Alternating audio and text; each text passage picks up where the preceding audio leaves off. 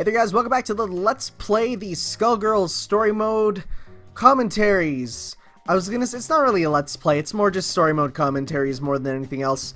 So, up next we got Miss Fortune, who, why is this game all of a sudden so much louder? Let's turn that down. Who is, I think she was the first character I saw when I saw this game. I saw her before the others. You know where it was on? Oh my god, I just realized. She was on, it was game trailers. I loved game trailers, man. R.I.P. game trailers.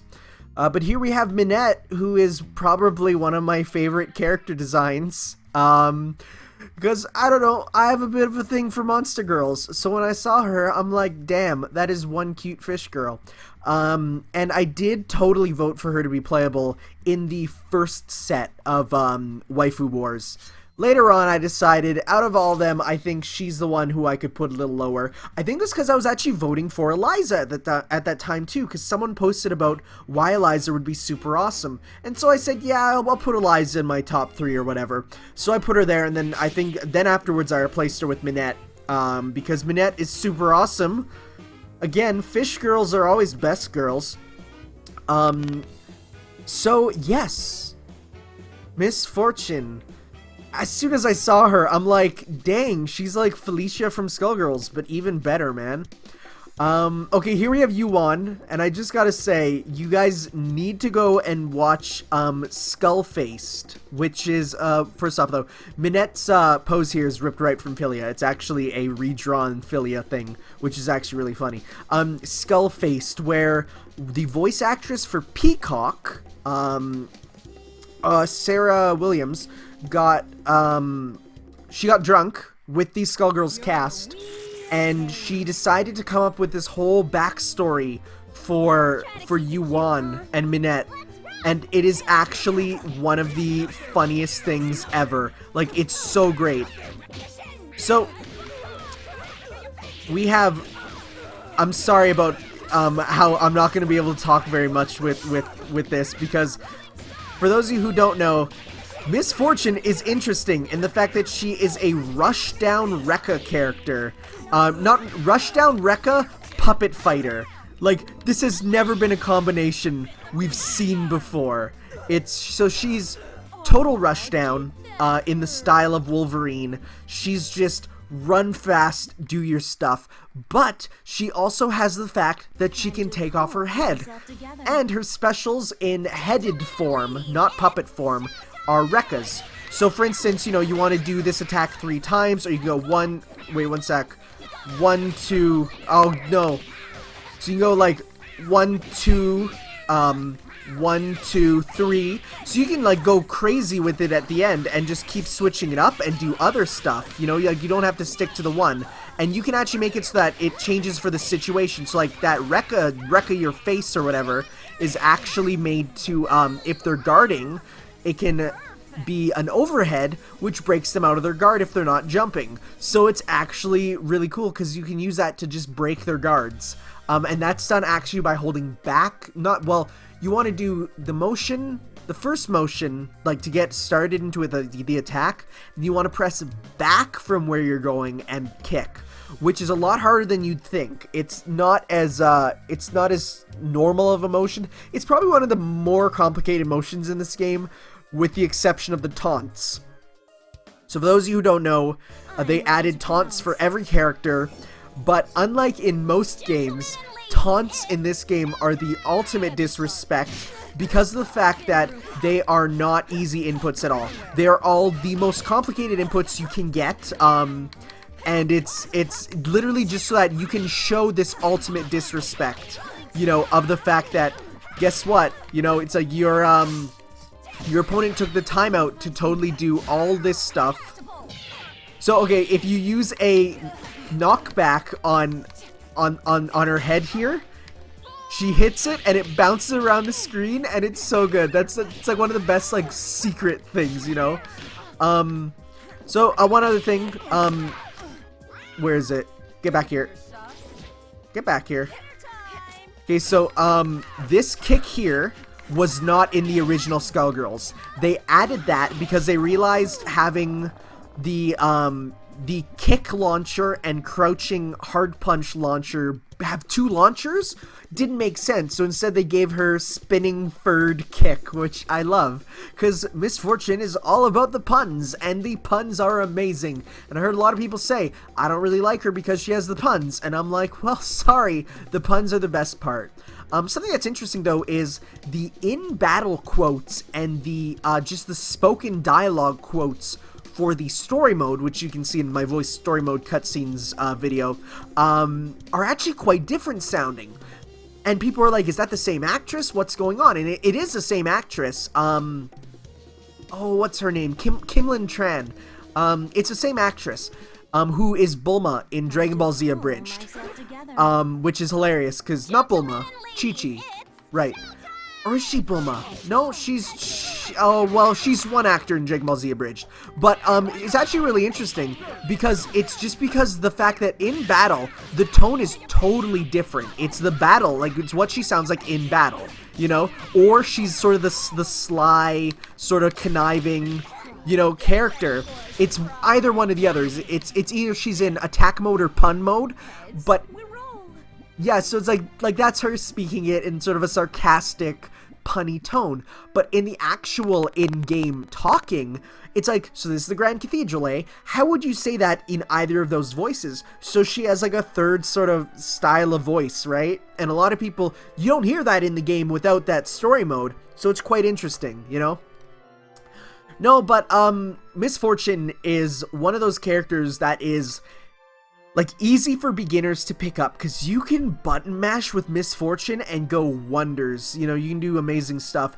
But with a really good fighter, you know, with Miss Fortune, she can be deadly. Because of the fact that you can do crazy combos with positioning of the head. Like, that's the thing. It's all about positioning the head. So, I want to see if I can get the...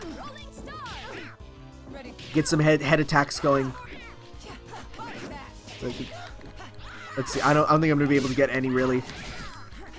It should be noted that basically your heavy attack button is removed when in this. It replaces with that with the commanding the head. You know, so that's interesting. You can do stuff like that. So it's like I was just commanding it to attack, and that's a sort of grab. She has also a Shoryuken and a oh, what's it called? Shoryuken and a dash thing. So also, when in this mode, she loses her air dash and gains some other different properties on her attacks. It's really interesting. It's such an interesting concept for a fighter to be, you know, have all these different stuffs. Like, that last hit there is not a part of it. You know, like that. So that's the Scooty thing I was talking about. The only thing is, not only is it a hitbox, but it can't guard. So it's like, you gotta be careful with making sure that it's not in a place where the opponent can just crouch kick it till you die, you know. It's really cool. It's one of the most interesting gimmicks for a character in a fighting game that doesn't seem like a gimmick so much as this well thought out thing that's super fun to play. I really like Miss Fortune. Actually, you know what? I'm gonna be honest. Every character in this game to me, with the exception of one who I'm still learning to play, are amazing and so well thought out, fun to play. That's why it's one of my favorite fighting games. This game feels totally balanced to a point where it's like, yeah, there's characters that people gravitate towards because you have more options and stuff, but for the most part, every character is 100% viable. Even the clones, who we'll get to. It's so good to just be able to pick anyone and have this fully realized character. You know, it's not like, oh my god, you go play like Street Fighter 4, you hit random, there's a chance you're gonna get a useless character. Marvel vs. Capcom 2, there's useless characters. Even Smash Bros. 4, one of probably the most balanced games I've played in a long time, has some characters that are just genuinely not as good, you know? So I guess one thing I didn't show off is there's a Shoryuken as well, Fiber Upper, which is that, which you can either use and then she retracts, or if you hit it again, she'll actually bound back up, and from that bound, I'm gonna get hit. Yeah, I was gonna say. From that bound, you can then continue a combo, which is really cool. You know, again, there's every character has options, you know? And yeah, she has air dashes, which it's not the best air dash, but it's an air dash nonetheless, you know? So, like, this form, one manner of... I've sort of realized that it's not even the best to, you know... I can't speak when I'm playing this game. For the final phase, sometimes just a jumping hard kick or jumping hard punch done over and over is the best way to do it. You know, you can do crazy combo stuff, but because that hitbox is so small, it's not even worth it because you can't stun it, you can't do anything. So it's like, nah, just let it go and just be that spammer for a bit. But I will say, the concept of spamming is a lie. It's not a real thing. It's, a lot of people, you know, they think, oh, you're just spamming the same attack over and over. No, it's like, if it's a viable strategy, all's fair in fighting games, you know? There's nothing that you can do that is against the rules, you know? Unless a character is outright banned, but then they're banned for a reason, you know? But for the most part, it's like, if something works, you do it. You don't need to do crazy stuff. You don't need to do full combos. If spamming can get you to win, that's your opponent's problem. And then they'll get mad at you for obvious reasons, but, you know. So this is a plot thread that is not addressed in the game really afterwards. It's, I think, brought up a bit in Big Band's story, but that's about it. Okay, so this character here, Irvin, I was 100% sure he would be a playable DLC character when they were saying that one of the first DLC characters will be male. And I was like, oh yeah, it's probably going to be this Irvin guy. I was very surprised to find out he wasn't even listed as a potential character on the DLC ballots, you know? Which is fine by me. He looks like a guy who is probably content with being a side character. Who knows? Maybe he'll even get his own side game one day, after Indivisible, which you should all go back. You can still back that game if you haven't, but if you see there's Black Dahlia on the side. She's one of the super important characters who is needed for the canon story to come out. So, she'll be definitely one of the top priorities along with Umbrella and, Marie when the sequel for the game eventually comes out. So, up next though is I think it was actually Parasoul who was next, was it Parasoul or Peacock? You know, let's go Parasoul, because Peacock and Painwheel are a good combo to put together for the next one. Get a little bit of both. So, Rachel Wong here is a reference to the reporter from Dead Rising, which is why it says, Frank has the night off. They're fans, you know, like, these guys are fans of their stuff, you know. One thing, I always found it interesting, all the Nazi symbolism that goes on. Are you serious? Why does this keep doing that? Oh, geez. Well, you know what, I'm just gonna restart it, because I just need to, you know... I want to talk about some stuff from the start. That's so weird that it's entirely my computer. I apologize. Whoops, I need to go give up. No, my computer is hot garbage, which you could probably see from how the video actually looks and stuff. I would be recording this on my PS4 if for the fact that I didn't have it with me. And just wanted to play this, because again, with the news that this game's coming out on all this stuff, I thought might as well, you know, get it and stuff.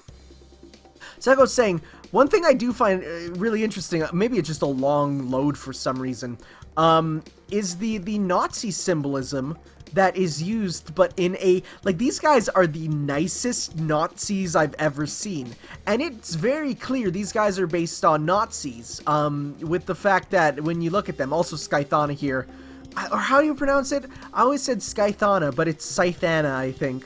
She was one a lot of people really wanted. She would have been a huge character, the biggest one, and, you know, sadly, it's not the case. But no, it's like, you look at all these guys here, and it's like, these guys are very clear Nazis, but at the same time, none of them are bad. They're all, like, the most morally righteous army characters I've ever seen.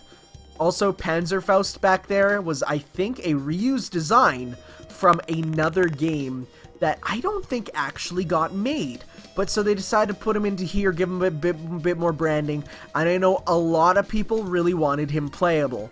But thankfully and surprisingly, he is playable in Guilty Gear Xrd, where they redesigned the character of Potemkin to look exactly like Panzerfaust, which is weird because Potemkin was the character Mike Z, again, one of the guys who, like, basically the lead programmer and everything for Skullgirls, not lead programmer, but like the director for Skullgirls, he played Potemkin. It's so weird. Also, boob touch. That's a good thumbnail picture. I love this.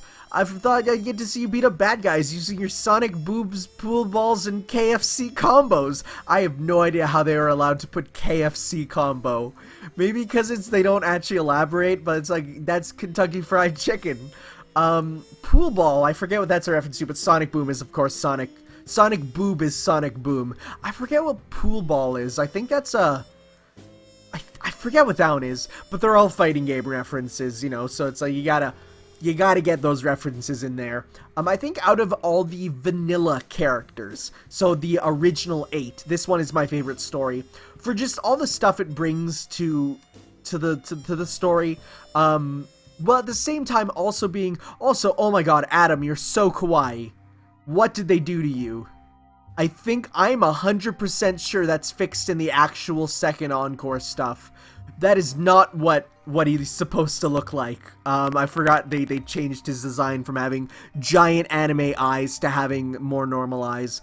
So, like, it's standalone very good as well. Oh, right, Molly. Okay, so that girl we're just talking to, her. I voted for her really highly, too, because she fought with a Tron style mech, plus she's absolutely adorable, look at her, but she fought with, like, this Tron mech that was in the shape of an old-school telephone, and you would be able to, like, do combos and stuff with, like, these switches in the background. That was really cool. Yeah, no, Adam here got a massive redesign, and I'm very happy they switched his eyes to being, he went from having those eyes to just having, like, black, you know, circles, which normally you'd think it'd be better the other way around, but no, the black circles look so much better. I think you might even see that when you go back to the news stories, and then in the second Encore actual DLC they went back and would switch it. So Umbrella is a really interesting character because she's like, she has the blood of the Skullgirl running through her because her mom became the Skullgirl. And so that's something that's crazy. You know, it's not something that you get, you know, this sort of, the character is like the spawn of the bad guy. This stage does not like to load properly. So Parasoul is interesting because she's probably one of the most jack of all trades characters in the game. So she fights with a charge moves, but at the same time her normals are good. And she was kind of made to also be a okay zoner, but she also has Chun-Li's kicks, so you can do crazy stuff with her kicks, which are just fun to do. I'm gonna show them off later. Okay, so that attack there has a lot of backstory, which I'll get into probably after this fight. But no, just know that Parasoul's fighting style is very jack of all trades. She can be anything, and she has just good normals. So that attack there, you saw when we took out the sniper, which we'll do right here. This attack has a long story to it. Basically what happened is during the pre-development of the game, on a Twitter, no, it was a Facebook post, someone said, you know, they posted, I think, a video trailer for her, and someone posted and said, hey, wouldn't it be cool if there was just like a sniper in the background who was the one controlling it? And so they came up with this whole story, just this one commenter, and they asked permission from this commenter if they could use it in the full game, and it was like, can it be this dark-haired, short Asian girl sniper named Juju? And so they came up with this whole story for Juju, and it actually turned into a full canon character. But what happened was, apparently there was legal issues with the character because of the fact that it wasn't made by them, and the creator didn't give this like consent and stuff. So what actually then happened was they went into discussions between the random online commenter and you know, there's air combos, the random online commenter and the team. And what was supposed to happen, I was waiting for her to just fall down and then I'd be able to attack her. What was gonna happen is they actually were able to contact him and talked about it and discussed it. But then the problems came around when, guess what? The guy broke his NDA before he was supposed to. So he told the world, yeah, it's cool, Juju's back in the game, before he was actually supposed to. So yeah, you can just do that over and over, which I love. You can just go, just keep doing that, and I love it. It's based on Chun-Li. But, so then, because he broke the NDA, Juju erased from the game in existence. No file in the game refers to Juju at all anymore. Which sucks, because Juju was a cool looking character, and in fact was in the first round of character DLC considered for the game. But of course, because this one guy who honestly, and he wasn't being a nice guy about it, once he broke it, people were like, dude, you broke NDA, come on, like, you go and apologize. He's like, no, whatever. And it became this huge legal battle, and eventually they just dropped Juju, and now RIP Juju is a running thread, because nowadays it literally just comes down to Lab Zero does not take anything fan submitted or fan suggested unless you pay for it. And so it's like, unless you through the Kickstarter or Indiegogo or whatever, you paid for something, then you can get it. But otherwise you can't, because they don't want to go into a legal battle again, which I think makes sense. You know, I feel like just to avoid any more problems, you know. And trust me, there's a thing called the Skullgirls curse. Skullgirls has problems. It had many problems in its development. Oh my god, you guys have no idea. To this day, I cannot remember every single time Skullgirls got delayed or set back or some issues came up, because there's been so many. Also, hey Hobo Ryu. There's been so many, it's absolutely hilarious. So this move here, Napalm Pillar, actually gives full invincibility if you pulled off. You cannot be hit when it's going off. It's a little amazing because of the fact that you're straight, you know, straight invincible during that time. Can we get off level 3 in time? Oh, I didn't. That's okay. It's interesting. There's all sorts of legal stuff that happened with it. For instance, the original team, number one, Konami, of course it was Konami, was partnered with them through Autumn Games. And no, yeah, it was Autumn Games. No, it wasn't Autumn Games. Who was it originally? I forget the original team, and I'm sorry, but they were also the team who made Def Jam Vendetta, or no, Def Jam Rap Star, who then came under so much legal trouble, Skullgirls lost all of its funding, every single bit, and that's why there was no DLC originally.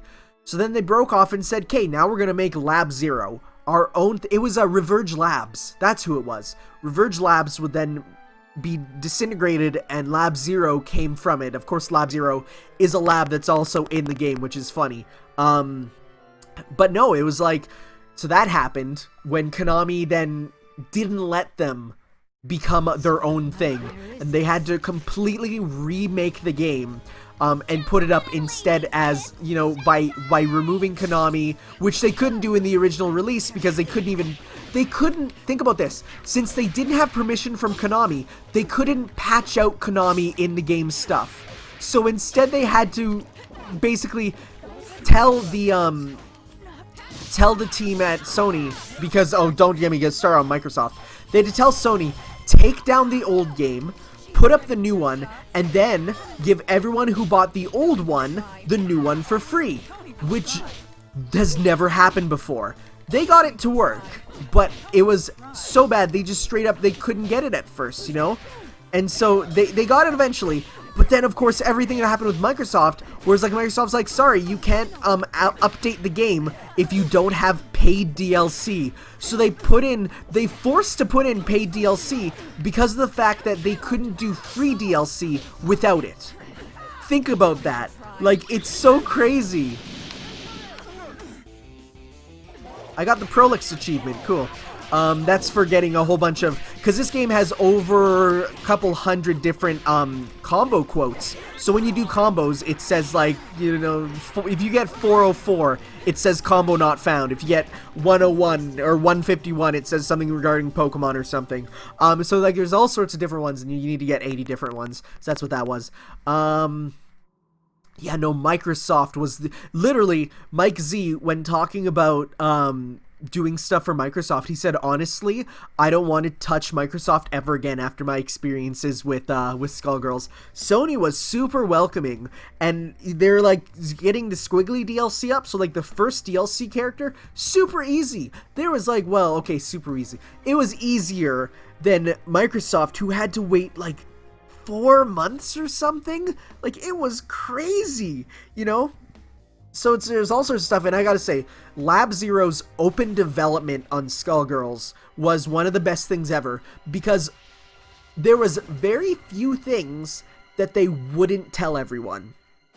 Almost everything, it was like, if something came up, they would straight tell you. They would tell you, and they're like, this is what's happening, this is why we're having a bad time, because this. You know, for instance, did you know that putting PSN avatars on PSN, also, okay, this is a one way to cheese Marie with, oh, of course it's not working, with Parasoul, you can just kick her over and over.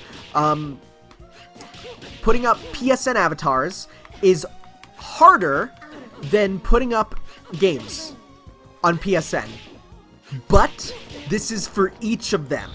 So not just for one, for each one, it takes as much effort as putting up a full game.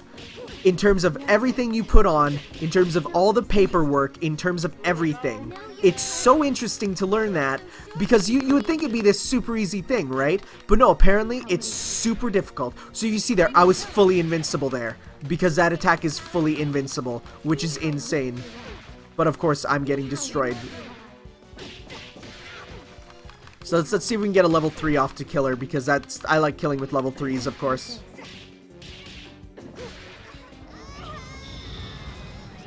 So let's see if we can do this. So one thing I like, all level 3s are one command. It's backwards double punch, which I love. There are level 5s though, and those have different things, but yeah, no, and not only was it open development for information, but then they were actually drawing, showing the art as it happened. They put out concepts for character attacks. It was really cool, and that's something that I really wish more games would do. I've realized that, not realized, but I've discovered, the team behind Shovel Knight is becoming like that.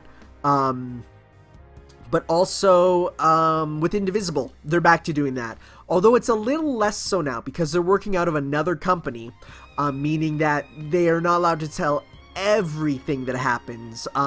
For instance, they got enough money for an anime opening by a famous anime studio, but they're not allowed to say it because of copyright stuff for now, which sucks. Also, has the game frozen again? I don't even know why.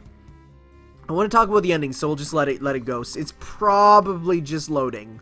You know, it's taking a while, but we'll see. No? Is it just dead? Wow, my computer is hot garbage, man. I haven't downloaded Skullgirls in so long. Like, I've been getting the updates like half-assedly, so it might be why. But no, I'll just say then the ending for Parasoul, where they she trains up Umbrella to battle her, is actually super cool. Just go watch one of my many already up Skullgirls videos, and you can watch it there. Right, I really like that ending. Thank you all for watching. Next time we'll be doing some more story modes. I love just discussing my memories of the game with you guys, because it's something that I don't get the chance to do super often. I mean, I like talking about Skullgirls, but, like, no one will listen to me. So, hopefully, if you guys listen, that'll be super cool. Thank you all for watching, and we'll see you next time when we go do Peacock and Painwheel. The two P characters who are on polar opposite ends of the spectrum in terms of tone. See you next time, guys. Ciao.